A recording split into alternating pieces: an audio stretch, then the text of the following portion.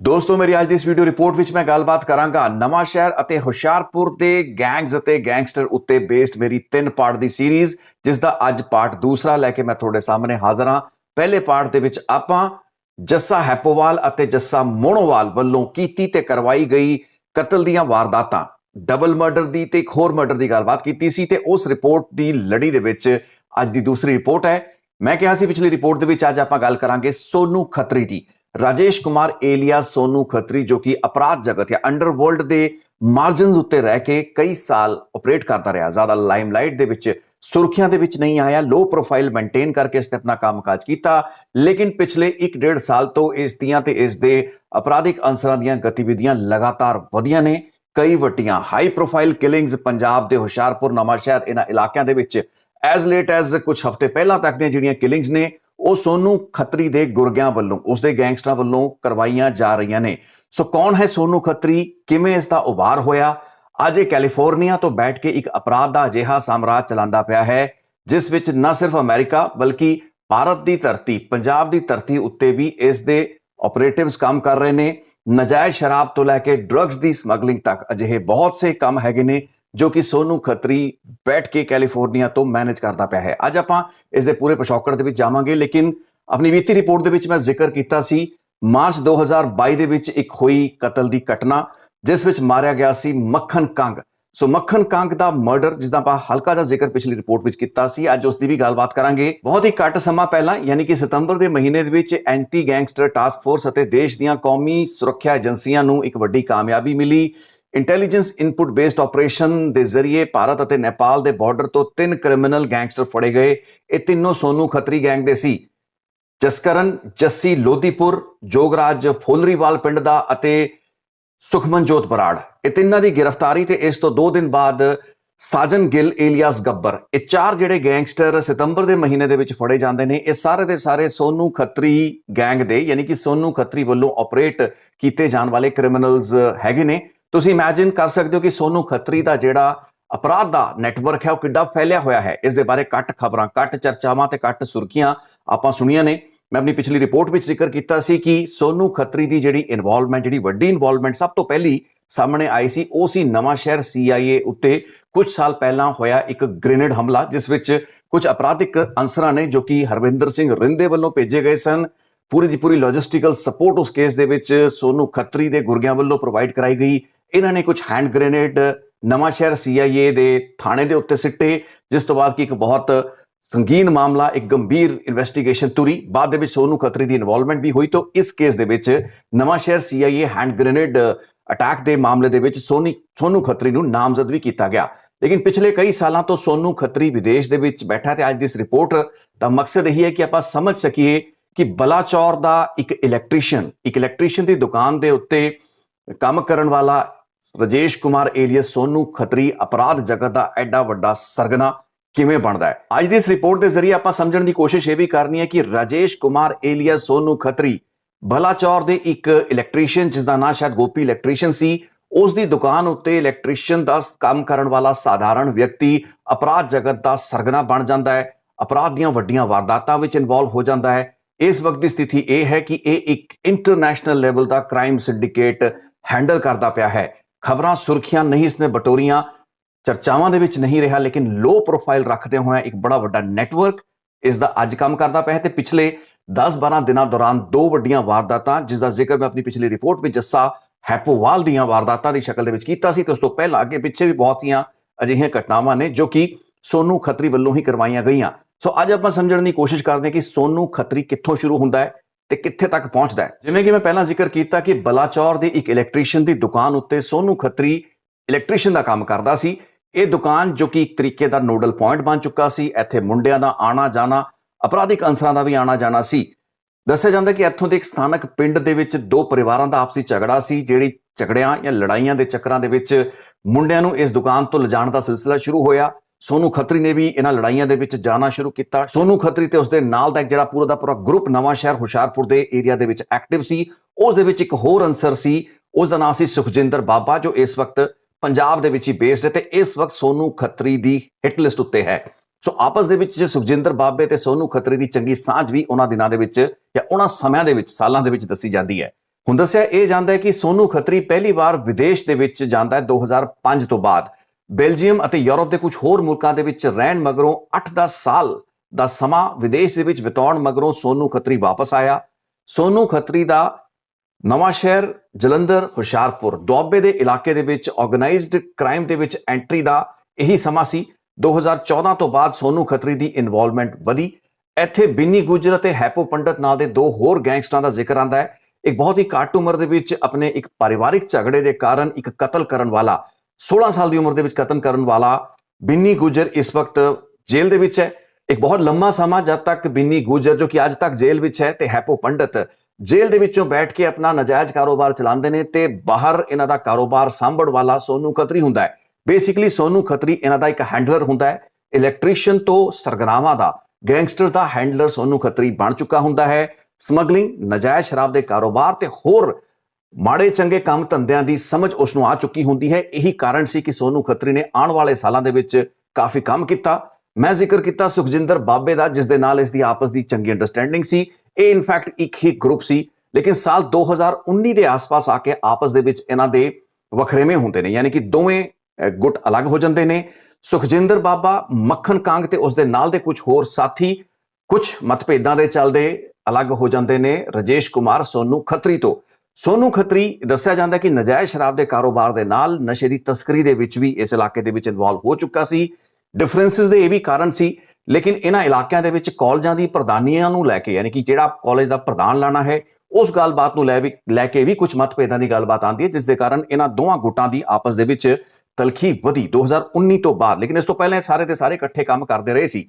ਕਾਲਜਾਂ ਦੀ ਪ੍ਰਧਾਨੀਆਂ ਲਾਣ ਦਾ ਜਿਹੜਾ ਪੂਰਾ ਦਾ ਪੂਰਾ ਸੈਟਅਪ ਹੈ, ਪੂਰਾ ਦਾ ਪੂਰਾ ਸਿਸਟਮ ਚੱਲਦਾ ਹੈ ਪੰਜਾਬ ਦੇ ਵਿੱਚ, ਉਹ ਇੱਕ ਵੱਖਰਾ ਵਿਸ਼ਾ ਹੈ। ਹਾਲਾਂਕਿ ਆਪਾਂ ਪਹਿਲਾਂ ਵੀ ਕਾਲਜ ਦੀ ਪ੍ਰਧਾਨੀਆਂ ਦੇ ਮੁੱਦਿਆਂ ਦੇ ਉੱਤੇ, ਸਟੂਡੈਂਟ ਪੋਲਿਟਿਕਸ ਦੇ ਉੱਤੇ ਗੱਲਬਾਤ ਕੀਤੀ ਹੈ, ਲੇਕਿਨ ਪੰਜਾਬ ਦੇ ਕਾਲਜਾਂ ਦੇ ਵਿੱਚ ਕ੍ਰਿਮੀਨਲ ਤੇ ਗੈਂਗਸਟਰ ਕਿਵੇਂ ਕਾਲਜਾਂ ਦੇ ਪ੍ਰਧਾਨ ਲਾਉਂਦੇ ਨੇ, ਇੱਕ ਵੱਖਰਾ ਸਬਜੈਕਟ ਹੈ, ਜਿਸ ਉੱਤੇ ਮੈਂ ਇੱਕ ਅਲੱਗ ਰਿਪੋਰਟ ਬਣਾਵਾਂਗਾ। ਇਸ ਇਲਾਕੇ ਦੇ ਬਹੁਤ ਵੱਡੇ ਏਰੀਆ, ਯਾਨੀ ਕਿ ਫਗਵਾੜੇ ਤੋਂ ਤੁਸੀਂ ਸਟ੍ਰੈਚ ਕਰਦੇ ਜਾਓ ਤੇ ਇੱਧਰ ਬਲਾਚੌਰ ਤੇ ਈਵਨ ਰੋਪੜ ਤੱਕ ਆ ਜਾਓ, ਬਹੁਤ ਸੇ ਅਜਿਹੇ private college, polytechnic, engineering college ਹੈਗੇ ਨੇ ਜਿੱਥੋਂ ਦੇ ਪ੍ਰਧਾਨ ਗੈਂਗਸਟਰਾਂ ਵੱਲੋਂ ਲਾਏ ਤੇ ਥਾਪੇ ਜਾਂਦੇ ਨੇ। ਸੋਨੂ ਖੱਤਰੀ ਤੇ ਇਹਨਾਂ ਦਾ ਜਿਹੜਾ ਗੁੱਟ ਸੀ, ਇਨਕਲੂਡਿੰਗ ਸੁਖਜਿੰਦਰ ਬਾਬਾ, ਇਹਨਾਂ ਕੰਮਾਂ ਦੇ ਵਿੱਚ ਇਨਵੋਲਵ ਡੇ 1 ਤੋਂ ਹੀ ਇਨਵੋਲਵ ਰਹੇ ਨੇ। ਸੋ ਆਪਸ ਦੇ ਵਿੱਚ ਬਾਅਦ ਦੇ ਵਿੱਚ ਇਹਨਾਂ ਦੀ ਜਿਹੜੀ ਵਿਗੜੀ, ਰਿਸ਼ਤੇ ਖਰਾਬ ਹੋਏ, ਉਸ ਦਾ ਵੀ ਕਾਰਨ ਕਾਲਜ ਦੀ ਪ੍ਰਧਾਨੀਆਂ ਲਾਣ ਨੂੰ ਦੱਸਿਆ ਜਾਂਦਾ ਹੈ, ਲੇਕਿਨ ਸਾਡੇ ਕੋਲ ਇਸ ਦੀ ਕੋਈ ਪੱਕੀ ਜਾਣਕਾਰੀ ਨਹੀਂ ਹੈ। ਖੈਰ, ਅੱਗੇ ਵਧਦੇ ਹਾਂ। ਖੱਤਰੀ ਅਤੇ ਬਾਬੇ ਦੇ ਗਰੁੱਪ ਦੇ ਵਿੱਚ ਆਪਸੀ ਜਿਹੜੀ ਤਲਖੀ, ਦੁਸ਼ਮਣੀ ਦੇ ਵਿੱਚ 2019 ਤੋਂ ਬਾਅਦ ਤਬਦੀਲ ਹੋਈ। ਇਸੇ ਲੜੀ ਦੇ ਵਿੱਚ ਦੋ ਕਤਲ ਦੋਹੀ ਗੁੱਟਾਂ ਦੇ ਦੋ ਵੱਡੇ ਮੈਂਬਰਾਂ ਦੇ ਹੋਏ। ਪਹਿਲਾ ਕਤਲ ਹੁੰਦਾ ਹੈ ਸੁਰਜੀਤ ਕੂਨਰ ਦਾ। ਸੁਰਜੀਤ ਕੂਨਰ ਇੱਕ ਕ੍ਰਿਮੀਨਲ ਹੁੰਦਾ ਹੈ ਜੋ ਕਿ 2008-9 ਦੇ ਆਸ-ਪਾਸ ਫਿਲੀਪੀਨਸ ਜਾ ਚੁੱਕਾ ਹੁੰਦਾ ਹੈ। ਫਿਲੀਪੀਨਸ ਤੋਂ ਇਹ ਵਿਅਕਤੀ 2021 ਦੇ ਆਸ-ਪਾਸ ਵਾਪਸ ਆਂਦਾ ਹੈ। ਜਿਸ ਵਕਤ ਇਹ ਵਾਪਸ ਆਂਦਾ ਹੈ, ਉਸ ਵਕਤ ਤੱਕ ਸੋਨੂ ਖੱਤਰੀ ਦੇਸ਼ ਛੱਡ ਚੁੱਕਾ ਹੁੰਦਾ ਹੈ। ਇਹ ਮੰਨਿਆ ਜਾਂਦਾ ਹੈ ਕਿ ਸੋਨੂ ਖੱਤਰੀ ਤੇ ਉਸ ਦੇ ਪਰਿਵਾਰ ਦੇ ਖਿਲਾਫ ਪੁਲਿਸ ਨੇ ਦਬਿਸ਼ ਕੀਤੀ। ਪੁਲਿਸ ਵੱਲੋਂ ਧਰਪਕੜ ਸ਼ੁਰੂ ਹੋਈ। ਸੋਨੂ ਖੱਤਰੀ ਲੋਕਲ ਲੈਵਲ ਦੇ ਉੱਤੇ ਆਪਰੇਟ ਕਰਨ ਵਾਲਾ ਕ੍ਰਿਮੀਨਲ ਐਲੀਮੈਂਟ ਸੀ। ਸੋਨੂ ਖੱਤਰੀ ਨੂੰ ਇਸ ਚੀਜ਼ ਦਾ ਆਈਡੀਆ ਹੋ ਗਿਆ ਕਿ ਉਹ ਹੁਣ ਭਾਰਤ ਤੇ ਪੰਜਾਬ ਦੇ ਵਿੱਚ ਜ਼ਿਆਦਾ ਦੇਰ ਤੱਕ ਸੁਰੱਖਿਅਤ ਨਹੀਂ ਹੈ। ਸੰਗਠਿਤ ਅਪਰਾਧ ਦੇ ਖਿਲਾਫ ਪੰਜਾਬ ਪੁਲਿਸ ਦੀ ਜਿਹੜੀ ਮੁਹਿੰਮ ਸੀ, ਤੇ ਖਾਸ ਕਰਕੇ ਆ ਜਿਹੜਾ ਰਿੰਦਾ ਵਾਲਾ ਕੇਸ ਸੀ, ਜਿਸ ਵਿੱਚ ਕਿ ਹੈਂਡ ਗ੍ਰੇਨੇਡ ਸਿੱਟੇ ਜਾਣੇ ਸਨ ਜਾਂ ਸਿੱਟੇ ਗਏ, ਇਸ ਤਰੀਕੇ ਦੀਆਂ ਅਪਰਾਧਿਕ ਵਾਰਦਾਤਾਂ ਦੇ ਵਿੱਚ ਖੱਤਰੀ ਦੀ ਇਨਵੋਲਵਮੈਂਟ ਵੱਧਦੀ ਜਾ ਰਹੀ ਸੀ। ਸੋ ਪਰਿਵਾਰ ਸਮੇਤ ਖੱਤਰੀ ਵਿਦੇਸ਼ ਦੇ ਵਿੱਚ ਨਿਕਲਦਾ ਹੈ। ਫਰਜ਼ੀ ਪਛਾਣ ਉੱਤੇ ਡੌਂਕੀਆਂ ਲਾ ਕੇ ਉਹ, ਯਾਨੀ ਕਿ ਸੋਨੂ ਖੱਤਰੀ ਤੇ ਉਸ ਦਾ ਪਰਿਵਾਰ ਮੈਕਸੀਕੋ ਦੇ ਰਸਤੇ ਹੋ ਕੇ ਅਮਰੀਕਾ ਪਹੁੰਚਦੇ ਨੇ। ਹੁਣ ਸੋਨੂ ਖੱਤਰੀ, ਉਸ ਦਾ ਪਰਿਵਾਰ ਤੇ ਉਸ ਦੇ ਨਾਲ ਦੇ ਬਹੁਤ ਸੇ ਅਜਿਹੇ ਗਰੁੱਪ ਦੇ ਮੈਂਬਰ ਪੰਜਾਬ ਛੱਡ ਕੇ, ਭਾਰਤ ਛੱਡ ਕੇ ਵਿਦੇਸ਼ ਦੇ ਵਿੱਚ, ਅਮਰੀਕਾ ਦੇ ਵਿੱਚ ਪਹੁੰਚ ਚੁੱਕੇ ਨੇ। ਲੇਕਿਨ ਉਸ ਦੇ ਨਾਜਾਇਜ਼ ਕਾਰੋਬਾਰਾਂ ਨੂੰ ਪੰਜਾਬ ਦੇ ਵਿੱਚ ਸਾਂਭਣ ਵਾਲਾ ਕੋਈ ਵਿਅਕਤੀ ਚਾਹੀਦਾ ਸੀ, ਤੇ ਇਹ ਵਿਅਕਤੀ ਸੀ ਸੁਰਜੀਤ ਕੂਨਰ, ਇੱਕ ਅਜਿਹਾ ਕ੍ਰਿਮੀਨਲ ਜੋ ਕਿ ਸਾਲ 2008-9 ਦੇ ਆਸ-ਪਾਸ ਫਿਲੀਪਾਈਨਸ ਗਿਆ ਤੇ 2021 ਦੇ ਵਿੱਚ ਵਾਪਸ ਪਰਤਦਾ ਹੈ। ਸੁਰਜੀਤ ਕੂਨਰ ਨੂੰ ਸੋਨੂ ਖੱਤਰੀ ਆਪਣਾ ਪੂਰਾ ਦਾ ਪੂਰਾ ਕਾਰੋਬਾਰ ਜਾਂ ਉਸ ਦੇ ਕਾਰੋਬਾਰ ਦਾ ਕਾਫੀ ਹਿੱਸਾ ਹੈਂਡਲ ਕਰਨ ਲਈ ਕਹਿੰਦਾ, ਤੇ ਇਹੀ ਉਹ ਸਮਾਂ ਹੁੰਦਾ ਹੈ ਜਦੋਂ ਕਿ 2019 ਤੋਂ ਸੁਖਜਿੰਦਰ ਬਾਬੇ ਤੇ ਉਸ ਦਾ ਗਰੁੱਪ, ਜਿਸ ਵਿੱਚ ਮੱਖਣ ਕੰਗ ਮੁੱਖ ਹੁੰਦਾ ਹੈ, ਉਹਨਾਂ ਦੇ ਨਾਲ ਇਹਨਾਂ ਦੀਆਂ ਦੁਸ਼ਮਣੀਆਂ ਵੀ ਪੈ ਚੁੱਕੀਆਂ ਹੁੰਦੀਆਂ ਨੇ। ਹੁਣ ਮੱਖਣ ਕੰਗ ਨੂੰ ਸਪੋਰਟ ਸੀ ਉਸ ਵਕਤ ਦੇ ਕਾਂਗਰਸ ਦੇ ਐਮਐਲਏ ਅੰਗਦ ਸਿੰਘ ਦੀ। ਆਪਾਂ ਸਾਰੇ ਜਾਣਦੇ ਹਾਂ ਕਿ ਅੰਗਦ ਸਿੰਘ ਕਾਂਗਰਸ ਦੇ ਵਿਧਾਇਕ ਚੁਣੇ ਗਏ ਸਨ। ਨਵਾਂ ਸ਼ਹਿਰ ਤੋਂ ਵਿਵਾਦ ਵੀ ਰਹੇ। ਹਰਮਨਬੀਰ ਗਿੱਲ ਜੋ ਕਿ ਐਸਐਸਪੀ ਕੁਝ ਮਹੀਨਿਆਂ ਲਈ ਨਵਾਂ ਸ਼ਹਿਰ ਲਾਏ ਗਏ, ਉਹਨਾਂ ਦੇ ਖਿਲਾਫ ਧਰਨੇ ਵੀ ਅੰਗਦ ਸਿੰਘ ਨੇ ਲਾਏ। ਸੋ ਅੰਗਦ ਸਿੰਘ ਦਾ ਇੱਕ ਬਹੁਤ ਹੀ ਕਰੀਬੀ ਆਪਰੇਟਿਵ ਰਿਹਾ ਮੱਖਣ ਕੰਗ, ਤੇ ਆਪਸ ਦੇ ਵਿੱਚ ਸੁਖਜਿੰਦਰ ਬਾਬੇ ਅਤੇ ਸੋਨੂ ਖੱਤਰੀ ਗਰੁੱਪਾਂ ਵੱਲੋਂ ਇੱਕ ਦੂਸਰੇ ਦੇ ਮੈਂਬਰਾਂ ਨੂੰ ਟਾਰਗੇਟ ਕਰਨ ਦੀਆਂ ਕੋਸ਼ਿਸ਼ਾਂ ਕਈ ਸਾਲ ਤੋਂ ਹੁੰਦੀਆਂ ਰਹੀਆਂ। ਹਾਲਾਂਕਿ 2019 ਤੋਂ ਖੱਤਰੀ ਅਤੇ ਬਾਬੇ ਗਰੁੱਪਾਂ ਦੇ ਵਿੱਚ ਵੱਧ ਚੁੱਕੀ ਦੁਸ਼ਮਣੀ ਕਈ ਝੜਪਾਂ ਦੀ ਸ਼ਕਲ ਲੈ ਚੁੱਕੀ ਸੀ। ਮਾਰ ਕੁਟਾਈ ਇਹਨਾਂ ਦੇ ਗਰੁੱਪਾਂ ਦੇ ਮੈਂਬਰਾਂ ਦੇ ਵਿੱਚ ਹੁੰਦੀ ਰਹੀ, ਲੇਕਿਨ 2021 ਦੇ ਵਿੱਚ ਇੱਕ ਵੱਡੀ ਘਟਨਾ ਹੋਈ। ਬੰਗਿਆਂ ਦੇ ਨੇੜੇ ਇੱਕ ਪਿੰਡ ਹੈ ਹੀਮਾ, ਜਿੱਥੋਂ ਦਾ ਰਹਿਣ ਵਾਲਾ ਲਖਵਿੰਦਰ ਮਟਰੂ ਨਾਂ ਦਾ ਇੱਕ ਨੌਜਵਾਨ, ਜਿਸ ਦੀ ਨੇੜਤਾ ਸੁਖਜਿੰਦਰ ਬਾਬੇ ਤੇ ਮੱਖਣ ਕੰਗ ਦੇ ਨਾਲ ਸੀ, ਉਸ ਦੇ ਘਰ ਉੱਤੇ ਰਾਤ 2:30 ਵਜੇ ਹਮਲਾ ਕੀਤਾ ਜਾਂਦਾ ਹੈ 2021 ਦੇ ਵਿੱਚ। ਇਸ ਹਮਲੇ ਨੂੰ ਕਰਨ ਵਾਲਾ ਸੁਰਜੀਤ ਕੂਨਰ ਹੁੰਦਾ, ਜੋ ਕਿ ਆਪਣੇ ਕੁਝ ਸਾਥੀ ਲੈ ਕੇ ਆਂਦਾ ਹੈ। ਇੱਕ ਥਾਰ ਜੀਪ ਨੂੰ ਮਟਰੂ ਦੇ ਘਰ ਦੇ ਬਾਹਰ ਗੇਟ ਦੇ ਨਾਲ ਉਹਦੀ ਟੱਕਰ ਮਾਰੀ ਜਾਂਦੀ ਹੈ। ਹਵਾ ਦੇ ਵਿੱਚ ਗੋਲੀਆਂ ਫਾਇਰਿੰਗ ਸ਼ੁਰੂ ਹੋ ਜਾਂਦੀ ਹੈ, ਘਰ ਦੇ ਉੱਤੇ ਫਾਇਰਿੰਗ ਕੀਤੀ ਜਾਂਦੀ ਹੈ। ਮਕਸਦ ਹੁੰਦਾ ਹੈ ਲਖਵਿੰਦਰ ਮਟਰੂ ਨੂੰ ਮਾਰਨਾ, ਕਿਉਂਕਿ ਪਹਿਲਾਂ ਇਹਨਾਂ ਦੀਆਂ ਆਪਸ ਦੇ ਵਿੱਚ ਲੜਾਈ ਝੜਪਾਂ ਹੋ ਰਹੀਆਂ ਹੁੰਦੀਆਂ ਨੇ। ਲੇਕਿਨ ਜਵਾਬੀ ਫਾਇਰ ਦੇ ਵਿੱਚ ਮਟਰੂ ਵੱਲੋਂ ਜਦੋਂ ਗੋਲੀ ਚਲਾਈ ਜਾਂਦੀ ਹੈ, ਉਸ ਦੇ ਵਿੱਚ ਸੁਰਜੀਤ ਕੂਨਰ ਦੀ ਮੌਤ ਹੋ ਜਾਂਦੀ ਹੈ। ਹੁਣ 2021 ਦੀ ਇਸ ਘਟਨਾ ਦੇ ਬਦਲੇ ਵਜੋਂ ਅਗਲੇ ਸਾਲ ਮਾਰਚ 2022 ਦੇ ਵਿੱਚ ਜਿਹੜਾ ਮੱਖਣ ਕੰਗ ਦਾ ਰਾਹੋਂ ਦੇ ਨੇੜੇ ਇੱਕ ਪਿੰਡ ਦੇ ਪੈਟਰੋਲ ਪੰਪ ਉੱਤੇ ਕਤਲ ਕੀਤਾ ਜਾਂਦਾ ਹੈ, ਜਿਸ ਵਿੱਚ ਸਫਾਰੀ, ਪਿਛਲੀ ਰਿਪੋਰਟ ਵਿੱਚ ਜ਼ਿਕਰ ਕੀਤਾ ਸੀ, ਸਫਾਰੀ ਦੇ ਵਿੱਚ ਬੈਠ ਕੇ ਤਕਰੀਬਨ 8-10 ਲੋਕ, ਹੋਰ ਗੱਡੀਆਂ ਹੁੰਦੀਆਂ ਨੇ, ਉਸ ਵਿੱਚ ਆਉਂਦੇ ਨੇ ਤੇ ਮੱਖਣ ਕੰਗ ਦਾ ਕਤਲ ਕਰ ਦਿੰਦੇ ਨੇ। ਮੱਖਣ ਕੰਗ ਕਾਫੀ ਕਰੀਬੀ ਹੁੰਦਾ ਹੈ ਅੰਗਦ ਸਿੰਘ, ਜੋ ਕਿ ਉੱਥੇ ਦੇ ਵਿਧਾਇਕ ਰਹੇ, ਤੇ ਸੁਖਜਿੰਦਰ ਬਾਬੇ ਦਾ। ਸੋ ਸੁਰਜੀਤ ਕੂਨਰ ਦੇ ਮੌਤ ਜਾਂ ਉਸਦੇ ਕਤਲ ਦੇ ਬਦਲੇ ਵਜੋਂ ਮੱਖਣ ਕੰਗ ਦੇ ਕਤਲ ਨੂੰ ਦੇਖਿਆ ਵੀ ਜਾਂਦਾ ਹੈ। ਲੇਕਿਨ ਇਸ ਦਾ ਇੱਕ ਵੱਡਾ ਕਾਰਨ ਸੀ ਕਿ ਇਹਨਾਂ ਦੋਹਾਂ ਗਰੁੱਪਾਂ ਦੀ ਦੁਸ਼ਮਣੀ ਵੱਧ ਚੁੱਕੀ ਸੀ। ਜਿਹੜਾ ਨਜਾਇਜ਼ ਕਾਰੋਬਾਰ, ਕਿਉਂਕਿ ਸੁਖਜਿੰਦਰ ਬਾਬਾ ਤੇ ਉਸਦੇ ਨਾਲ ਦਾ ਜਿਹੜਾ ਗੁੱਟ ਸੀ, ਉਹ ਵੀ ਅਜਿਹੇ ਕਈ ਨਜਾਇਜ਼ ਕਾਰੋਬਾਰਾਂ ਦੇ ਵਿੱਚ ਸ਼ਾਮਲ ਸੀ। ਲੇਕਿਨ ਸ਼ਾਇਦ ਨਸ਼ੇ ਦੀ ਤਸਕਰੀ ਨੂੰ ਲੈ ਕੇ ਆਪਸ ਦੇ ਵਿੱਚ ਇਹਨਾਂ ਦੇ ਜਿਹੜੇ ਡਿਫਰੈਂਸਿਸ 2019 ਤੋਂ ਬਾਅਦ ਵੱਧਣੇ ਸ਼ੁਰੂ ਹੋਏ। ਸੋ ਆਪਸ ਦੇ ਵਿੱਚ ਜਿਹੜੀ ਦੁਸ਼ਮਣੀ ਸੀ, ਇਹ ਲਗਾਤਾਰ ਵੱਧ ਰਹੀ ਸੀ। ਲਖਵਿੰਦਰ ਮਟਰੂ ਅਜੇ ਵੀ ਸੋਨੂ ਖੱਤਰੀ ਦੇ ਟਾਰਗੇਟ ਦੇ ਉੱਤੇ ਹੈ। ਕੁਝ ਮਹੀਨੇ ਪਹਿਲਾਂ ਦਿੱਲੀ ਪੁਲਿਸ ਦੇ ਸਪੈਸ਼ਲ ਸੈੱਲ ਨੇ ਦਿੱਲੀ ਤੋਂ ਲਖਵਿੰਦਰ ਮਟਰੂ ਨੂੰ ਗ੍ਰਿਫਤਾਰ ਕੀਤਾ ਇੱਕ ਹੋਰ ਅਪਰਾਧਿਕ ਮਾਮਲੇ ਦੇ ਵਿੱਚ, ਤੇ ਇਸ ਵਕਤ ਲਖਵਿੰਦਰ ਮਟਰੂ ਦੱਸਿਆ ਜਾਂਦਾ ਕਿ ਫਰੀਦਕੋਟ ਦੀ ਜੇਲ੍ਹ ਦੇ ਵਿੱਚ ਹੈ। ਸੋ ਆਪਸ ਦੇ ਵਿੱਚ ਬਾਬੇ ਅਤੇ ਖੱਤਰੀ ਗੈਂਗ ਦੀ ਜਿਹੜੀ ਆ ਗਰੁੱਪਾਂ ਦੀ ਦੁਸ਼ਮਣੀ ਸੀ, ਉਹ ਖੂਨੀ ਵਾਰਦਾਤਾਂ ਦੇ ਵਿੱਚ ਤਬਦੀਲ ਹੋ ਗਈ, ਜਿਸ ਤੋਂ ਬਾਅਦ ਮਰਡਰ ਹੁੰਦੇ ਰਹੇ। ਮੱਖਣ ਕੰਗ ਦਾ ਜਿਹੜਾ 2022 ਮਾਰਚ ਦੇ ਵਿੱਚ ਮਰਡਰ ਹੁੰਦਾ, ਇਸ ਦੇ ਵਿੱਚ ਕਈ ਲੋਕ ਸ਼ਾਮਲ ਸਨ, ਜਿਨ੍ਹਾਂ ਦੇ ਵਿੱਚੋਂ ਜ਼ਿਆਦਾਤਰ ਲੋਕ ਫੜੇ ਗਏ ਨੇ। ਇੱਕ ਪ੍ਰਣਵ ਸਹਿਗਲ ਨਾਂ ਦਾ ਵਿਅਕਤੀ ਸੀ, ਜਿਸ ਨੂੰ ਨਾਲ ਦੇ ਨਾਲ ਹੀ ਗ੍ਰਿਫਤਾਰ ਕਰ ਲਿਆ ਗਿਆ। ਇਸ ਤੋਂ ਇਲਾਵਾ ਮਹਾਰਾਸ਼ਟਰ ATS ਦੇ ਨਾਲ ਰਲ ਕੇ ਪੰਜਾਬ ਪੁਲਿਸ ਨੇ ਇੱਕ ਆਪਰੇਸ਼ਨ ਕੀਤਾ। ਇਸ ਸਾਲ ਜਨਵਰੀ ਦੇ ਵਿੱਚ 3 ਹੋਰ ਗ੍ਰਿਫਤਾਰੀਆਂ ਹੋਈਆਂ। ਖਮਾਚੋਂ ਦਾ ਅਮਨਦੀਪ ਫੜਿਆ ਗਿਆ, ਦੀਪਕ ਚੌਹਾਨ ਫੜਿਆ ਗਿਆ, ਇੱਕ ਹੋਰ ਕ੍ਰਿਮੀਨਲ ਫੜਿਆ ਗਿਆ। ਆ ਜਿਹੜੀ ਸਤੰਬਰ ਦੇ ਵਿੱਚ ਭਾਰਤ ਅਤੇ ਨੇਪਾਲ ਦੇ ਬਾਰਡਰ ਤੋਂ ਗ੍ਰਿਫਤਾਰੀਆਂ ਹੋਈਆਂ ਨੇ, ਇਸ ਦੇ ਵਿੱਚ ਜਿਹੜਾ ਜਸਕਰਨ ਜੱਸੀ ਲੋਧੀਪੁਰ ਹੈ, ਇਹ ਵੀ ਉਹਨਾਂ ਹਮਲਾਵਰਾਂ ਦੇ ਵਿੱਚ ਸ਼ਾਮਲ ਸੀ ਜਿਨ੍ਹਾਂ ਨੇ ਮੱਖਣ ਕੰਗ ਦਾ ਕਤਲ ਕੀਤਾ।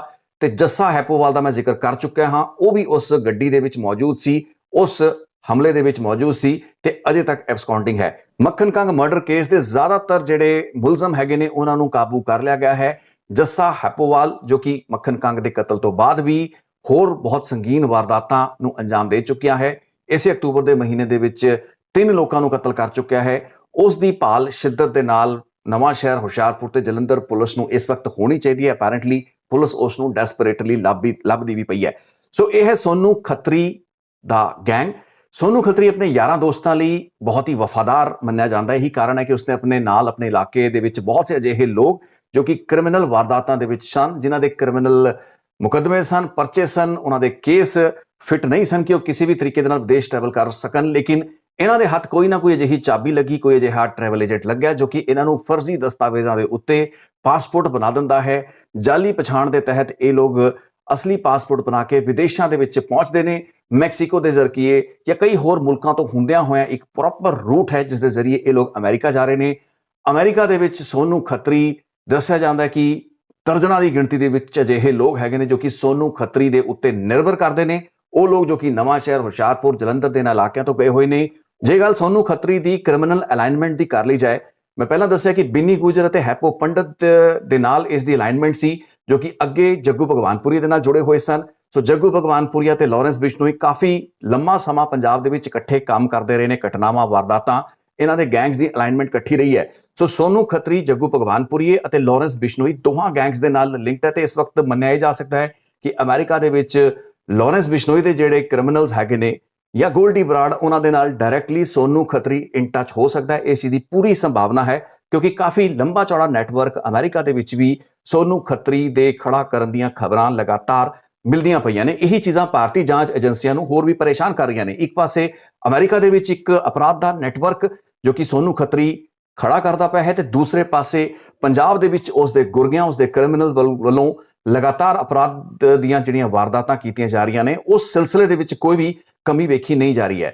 ਜਿਵੇਂ ਪਹਿਲਾਂ ਜ਼ਿਕਰ ਕੀਤਾ ਬਿੰਨੀ ਗੁੱਜਰ ਦਾ ਜਿਹੜਾ ਇੱਕ ਭਰਾ ਹੈ ਸੌਰਵ, ਜੋ ਕਿ ਉਸ ਦੀ ਐਂਟੀ ਪਾਰਟੀ ਦੇ ਟਾਰਗੇਟ ਦੇ ਉੱਤੇ ਸੀ। ਇਹ ਡਰ ਸੀ ਕਿ ਸੌਰਵ ਨੂੰ ਵੀ ਨੁਕਸਾਨ ਪਹੁੰਚਾ ਸਕਦੇ ਨੇ। ਸੋਨੂ ਖੱਤਰੀ ਨੇ ਸੌਰਵ ਨੂੰ ਵੀ ਕਾਫੀ ਪ੍ਰੋਟੈਕਸ਼ਨ ਦਿੱਤੀ, ਇਸੇ ਕਰਕੇ ਬਿੰਨੀ ਗੁੱਜਰ ਸੋਨੂ ਖੱਤਰੀ ਨੂੰ ਕਾਫੀ ਮੰਨਦਾ ਹੈ। ਇੱਕ ਵੱਖਰਾ ਐਸਪੈਕਟ ਹੈ ਸੋਨੂ ਖੱਤਰੀ ਦੇ ਕਿਰਦਾਰ ਦਾ ਕਿ ਉਹ ਆਪਣੇ ਗਰੁੱਪ ਦੇ ਮੈਂਬਰਾਂ ਲਈ ਵਫਾਦਾਰ ਵੀ ਹੈ ਤੇ ਉਸਨੇ ਆਪਣੇ ਗਰੁੱਪ ਦੇ ਮੈਂਬਰਾਂ ਦੀ ਇਮਦਾਦ ਮਦਦ ਬਹੁਤ ਕੀਤੀ ਹੈ।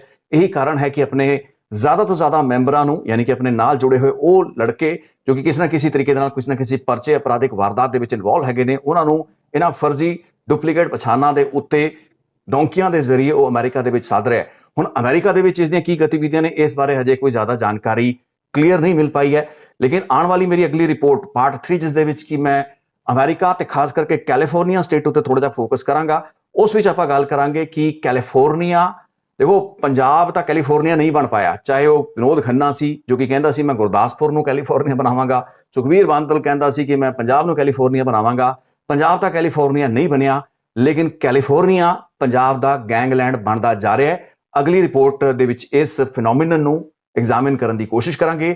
ਸੋ ਅੱਜ ਦੀ ਇਸ ਰਿਪੋਰਟ, ਜਿਸ ਦੇ ਵਿੱਚ ਆਪਾਂ ਸੋਨੂ ਖੱਤਰੀ ਕੌਣ ਹੈ, ਇੱਕ ਇਲੈਕਟ੍ਰੀਸ਼ੀਅਨ ਤੋਂ ਅਪਰਾਧ ਜਗਤ ਤੇ ਸਰਗਨਾ ਬਣਨ ਤੱਕ ਦਾ ਉਸ ਦਾ ਸਫ਼ਰ, ਉਸ ਦੀਆਂ ਦੁਸ਼ਮਣੀਆਂ, ਸੁਖਜਿੰਦਰ ਬਾਬਾ ਤੇ ਨਾਲ ਉਸ ਦੇ ਗਰੁੱਪ ਦੀ ਅਲਾਈਨਮੈਂਟ ਤੇ ਬਾਅਦ ਦੇ ਵਿੱਚ ਵੱਖਰੇਵੇਂ, ਇਹ ਦੱਸ ਦਈਏ ਕਿ ਸੋਨੂ ਖੱਤਰੀ ਦੀ ਹਿੱਟ ਲਿਸਟ ਉੱਤੇ ਇਸ ਵਕਤ ਨੰਬਰ 1 ਜਿਹੜਾ ਟਾਰਗੇਟ ਹੈ ਉਹ ਹੈ ਸੁਖਜਿੰਦਰ ਬਾਬਾ। ਇਸ ਚੀਜ਼ ਦੀਆਂ ਇੰਟੈਲ ਇਨਪੁਟਸ ਪੁਲਿਸ ਨੂੰ ਲਗਾਤਾਰ ਮਿਲ ਰਹੀਆਂ ਨੇ ਕਿ ਸੋਨੂ ਖੱਤਰੀ ਇਸ ਇਲਾਕੇ ਦੇ ਵਿੱਚ ਜੇ ਅਗਲਾ ਕਿਸੇ ਨੂੰ ਨਿਸ਼ਾਨਾ ਬਣਾਉਣ ਦੀ ਕੋਸ਼ਿਸ਼ ਕਰੇਗਾ ਤੇ ਉਹ ਵਿਅਕਤੀ ਸੁਖਜਿੰਦਰ ਬਾਬਾ ਹੋਏਗਾ, ਜੋ ਕਿ ਇਸ ਵਕਤ ਪੰਜਾਬ ਦੇ ਵਿੱਚ ਹੈ। ਸੋ ਅੱਜ ਦੀ ਰਿਪੋਰਟ ਨੂੰ ਇੱਥੇ ਵਿਰਾਮ ਦਾਂਗਾ। ਅਗਲੀ ਰਿਪੋਰਟ ਦੇ ਵਿੱਚ ਆਪਾਂ ਅਮਰੀਕਾ ਦੀ, ਕੈਲੀਫੋਰਨੀਆ ਦੀ ਗੱਲ ਕਰਾਂਗੇ। ਕ੍ਰਿਮੀਨਲਸ ਉੱਥੇ ਕਿਵੇਂ ਪੈਰ ਪਸਾਰ ਚੁੱਕੇ ਨੇ, ਪੰਜਾਬ ਦਾ ਗੈਂਗਲੈਂਡ ਪਹੁੰਚ ਚੁੱਕਾ ਹੈ ਕੈਲੀਫੋਰਨੀਆ। ਇਹ ਮੇਰੀ ਅਗਲੀ ਰਿਪੋਰਟ ਹੋਏਗੀ।